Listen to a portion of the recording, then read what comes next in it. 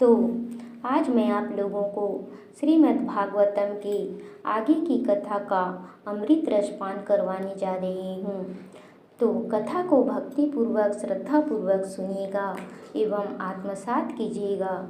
तो यहाँ कथा में भगवान श्री कृष्ण के अंतर ध्यान के बारे में बताया गया है। तो श्री सुत गोस्वामी जी सौनक आदि ऋषियों से कहते हैं कि भगवान श्री कृष्ण तथा अन्य मित्रों को मिलने तथा भगवान से उनके अगले कार्यकलापों के विषय में जानने के लिए अर्जुन जो है द्वारका में गए। तो वहाँ कुछ मास बीत गए किंतु अर्जुन वापस नहीं लौटे। अर्जुन द्वारका में तो गए, कुछ मास बीत गए, लेकिन अर्जुन द्वारका से वापस नहीं लौटे। तब महाराज युधिष्ठिर को कुछ अपशकुन दिखने लगे जो अपने आप में अत्यंत भयानक थे। उसके बाद उन्होंने देखा कि सनातन काल की गति बदल गई है। राजा युधिष्ठिर उसके बाद देखते हैं कि सनातन काल की गति जो है वह बदल गई है और यह अत्यंत भयावह था। सनातन काल की जो गति जो बदली थी वह अत्यंत भयावह था। ऋतु संबंधी नियमितताओं में व्यतिक्रम हो रहे थे।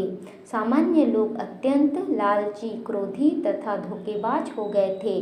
तो वे देख रहे थे, युधिष्ठिर देख रहे थे कि वे सभी जीविका के अनुचित साधन अपना रहे थे। लोग जो है जीविका के जो है अनुचित साधन अपना रहे थे, अर्थात वे वेदों के मार्ग पर नहीं चल रहे थे, सनातन आदेशों का वे उल्लंघन कर रहे थे।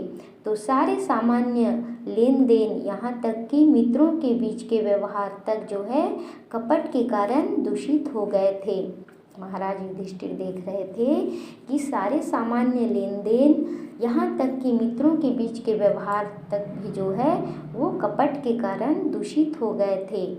पारिवारिक मामलों में पिता माता तथा पुत्रों के बीच, शुभ चिंतकों के बीच तथा भाई भाई के बीच सदैव गलतफहमी हो रही थी। माने एक दूसरे के ऊपर विश्वास जो है लोगों का वह उठ चुका था। एक दूसरे को वे शंका की नज़र से देख रहे थे।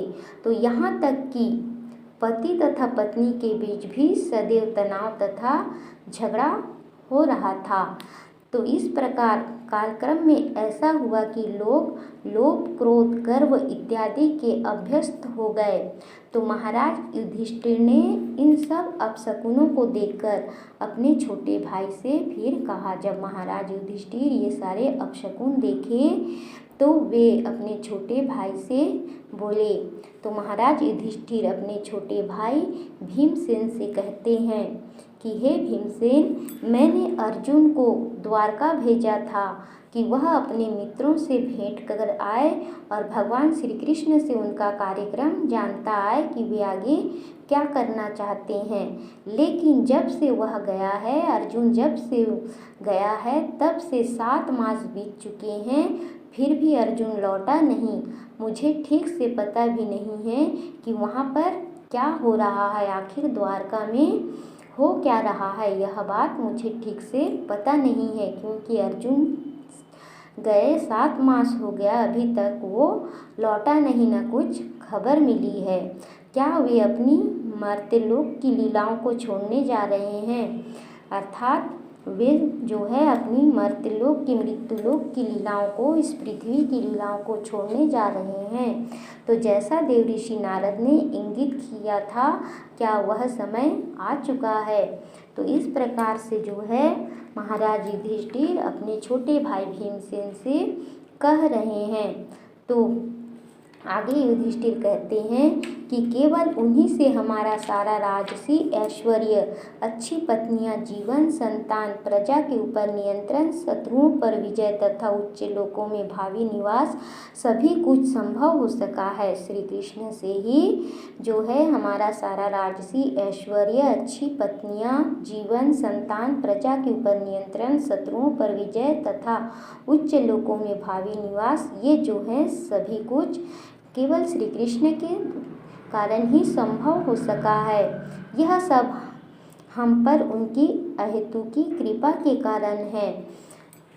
लेकिन हे पुरुष व्याघ्र, जरा देखो तो। भीमसेन से आगे युधिष्ठिर कहते हैं कि हे पुरुष व्याघ्र, जरा देखो तो कि दैवी प्रभावों, पृथ्वी की प्रतिक्रियाओं तथा शारीरिक वेदनाओं के कारण उत्पन्न होने वाली कितनी खतरनाक आपदाएं हमारी बुद्धि को मोहित करके निकट के भविष्य में आने वाले खतरे की सूचना हमको दे रही है। मेरे शरीर का बायां भाग, मेरी जांघें, भुजाएं तथा आंखें बारंबार फड़क रही है। हे भीमसेन, मेरे शरीर का बायां भाग, मेरी जांघें, मेरी भुजाएं तथा मेरी आंखें बार बार फड़क रही हैं। भय से मेरा हृदय धड़क रहा है। ये सारी जो घटनाएं हैं सब अनिष्ट घटना को सूचित करने वाले हैं। हे भीमसेन, जरा देखो तो यह सियारिन किस तरह उगते हुए सूर्य को देखकर रो रही है और अग्नि उगल रही है, और यह कुत्ता किस तरह निर्भय होकर मुझ पर भौंक रहा है। हे भीमसेन, हे पुरुष व्याघ्र, अब गाय जैसे उपयोगी पशु मेरी बाईं ओर से निकले जा रहे हैं और गधे जैसे निम्न पशु मेरी प्रदक्षिणा कर रहे हैं।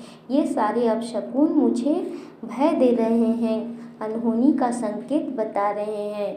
मेरे घोड़े मुझे देखकर जैसे रो रहे हैं ऐसा प्रतीत हो रहा है।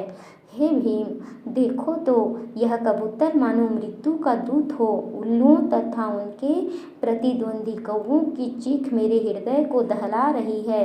ऐसा प्रतीत होता है मानो वे संपूर्ण ब्रह्मांड को शून्य बना देना चाहते हैं। हे भीमसेन, जरा देखो तो किस तरह धुआं आकाश से घेरे हुए हैं।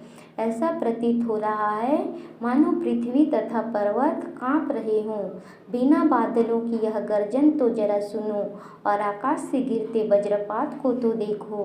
हे भीमसेन, वायु तेजी से बह रही है और वह सर्वत्र धूल बिखराकर अंधेरा उत्पन्न कर रही है।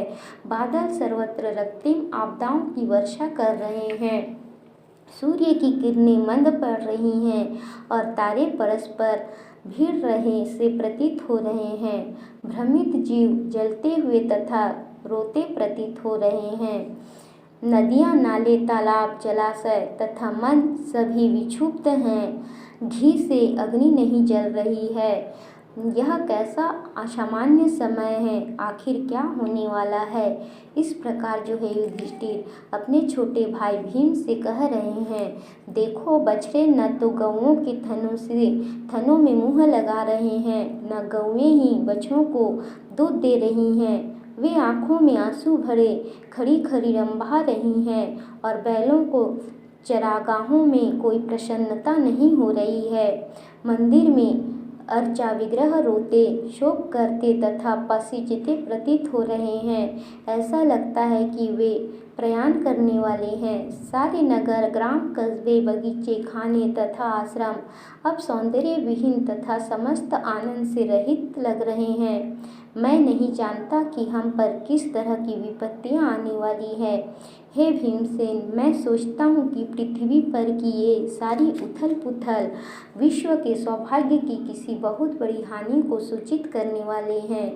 संसार भाग्यशाली था कि उस पर भगवान के चरण कमलों के पदचिन्ह अंकित हुए, किंतु ये लक्षण यह सूचित कर रहे हैं कि अब आगे ऐसा नहीं रह पाएगा।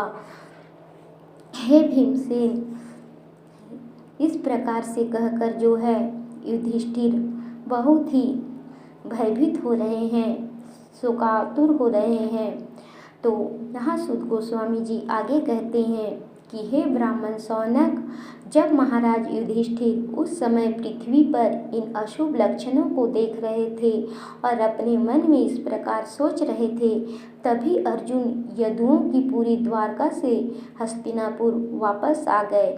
जब उसने राजा के चरणों पर नमन किया तो राजा ने देखा कि उनकी निराशा अभूतपूर्व थी। उनका सिर नीचे झुका था, अर्जुन का सिर जो है नीचे झुका था और उनके कमल नेत्रों से आंसू झर रहे थे। अर्जुन के कमल नेत्रों से आंसू झर रहे थे। हृदय की उद्विग्नताओं के कारण अर्जुन को पीला हुआ देखकर राजा ने नारद मुनि द्वारा बताए गए संकेतों का स्मरण करते हुए मित्रों के मध्य में ही अर्जुन से पूछे। तो महाराज युधिष्ठिर अर्जुन से कहते हैं, हे मेरे भाई, मुझे बताओ कि हमारे मित्र तथा संबंधी यथा मधु, भोज, दशार्ह, आर्ह, सात्वत, अंधक तथा यदुवंश के सारे सदस्य अपने दिन सुख से बिता रहे हैं ना। मेरे आदरणीय नाना शूरसेन प्रसन्न तो हैं तथा मेरे मामा वसुदेव तथा उनके छोटे भाई ठीक से तो हैं। देवकी इत्यादि उनकी 7 पत्नियां परस्पर बहिनें हैं, वे तथा उनके पुत्र एवं बहुएं सब सुखी तो हैं। तो इस प्रकार जो है राजा युधिष्ठिर अर्जुन से पूछ रहे हैं, क्या उग्रसेन जिसका पुत्र दुष्टकंस था तथा उनका छोटा भाई अभी जीवित है, क्या हृदिक तथा उसका पुत्र कृतवर्मा कुशल से हैं, क्या अक्रूर, जयंत, गद, शारन तथा शत्रुजीत प्रसन्न हैं, भक्तों के रक्षक भगवान बलराम कैसे हैं, वृष्णि कुल के महान सेनापति प्रद्युम्न कैसे हैं, वे प्रसन्न तो हैं, और भगवान के पूर्ण अंश अनिरुद्ध ठीक से तो हैं। तो इस प्रकार जो है राजा युधिष्ठिर अर्जुन से सबकी कुशलता पूछ रहे हैं। तो कृष्ण आगे वे पूछते हैं कि कृष्ण के सभी सेना नायक पुत्र यथा सुसेन, चारुदेशन, जाम्बवती पुत्र सांब तथा ऋषभ अपने अपने पुत्रों समेत ठीक से तो रह रहे हैं। इसके अतिरिक्त श्रुतदेव, उद्धव तथा अन्य नंद, सुनंद तथा अन्य मुक्तात्माओं के नायक जो भगवान के नित्य संगी हैं, भगवान बलराम तथा कृष्ण द्वारा सुरक्षित तो हैं, वे सब अपना अपना कार्य ठीक से चला रहे हैं ना। वे जो हमसे नित्य मैत्री पाश में बंधे हैं, हमारी कुशलता के बारे में पूछते तो हैं। तो इस प्रकार से राजा युधिष्ठिर जो है अर्जुन से पूछ रहे हैं। तो आगे वे कहते हैं कि पूर्ण पुरुषोत्तम भगवान श्री कृष्ण जो गायों, इंद्रियों तथा ब्राह्मणों को आनंद प्रदान करने वाले हैं और अपने भक्तों के प्रति अत्यंत वत्सल हैं, अपने मित्रों से घेरकर द्वारकापुरी में पवित्र सभा का भोग तो कर रहे हैं। तो आगे युधिष्ठिर अर्जुन से कहते हैं कि परम भोक्ता आदि भगवान तथा जो मूल भगवान अनंत हैं, बलराम यदुवंश रूपी सागर में समस्त ब्रह्मांड के कल्याण, सुरक्षा तथा उन्नति के लिए निवास कर रहे हैं और सारे यदुवंशी भगवान की भुजाओं द्वारा सुरक्षित रहकर वैकुंठ वासियों की भांति जीवन का आनंद उठा रहे हैं। समस्त सेवाओं में सर्वाधिक महत्वपूर्ण भगवान के चरण कमलों की शुश्रूषा करने मात्र से द्वारका स्थित सत्यभामा के अधीक्षण में रानियों ने भगवान को प्रेरित किया कि वे देवताओं को जीत लें। इस प्रकार रानियां उन वस्तुओं का भोग कर रही हैं जो वज्र के नियंत्रक की पत्नियों द्वारा भोग्य हैं। बड़े बड़े यदुवंशी वीर भगवान श्री कृष्ण की बाहुओं द्वारा सुरक्षित रहकर सभी प्रकार से निर्भय बने रहते हैं। अतः उनके चरण उस सुधर्मा की सभा भवन में पड़ते रहते हैं जो सर्वश्रेष्ठ देवताओं के लिए है, किंतु जो उनसे छीन लिया गया था। मेरे भाई अर्जुन, तो राजा युधिष्ठिर आगे कहते हैं कि मेरे भाई अर्जुन, मुझे बताओ कि तुम्हारा स्वास्थ्य ठीक तो है। ऐसा लगता है कि तुम्हारे शरीर की कांति खो गई है। क्या द्वारका में दीर्घकाल तक रहने से, अन्यों द्वारा असम्मान तथा उपेक्षा दिखलाने से तुम्हारा ऐसा हाल हुआ है? कहीं किसी ने तुम्हें अपमानजनक शब्द तो नहीं कहे या तुम्हें धमकाया तो नहीं? क्या तुम याचक को दान नहीं दे सके? क्या किसी से अपना वचन नहीं निभा पाए? तुम तो सदा से सुपात्र जीवों के यथा ब्राह्मणों, बालकों, गायों, स्त्रियों तथा रोगियों के रक्षक रहे हो। हे अर्जुन, क्या तुम उनके शरण मांगे जाने पर उन्हें शरण नहीं दे सके जो तुम्हारी यह दशा देख रही है?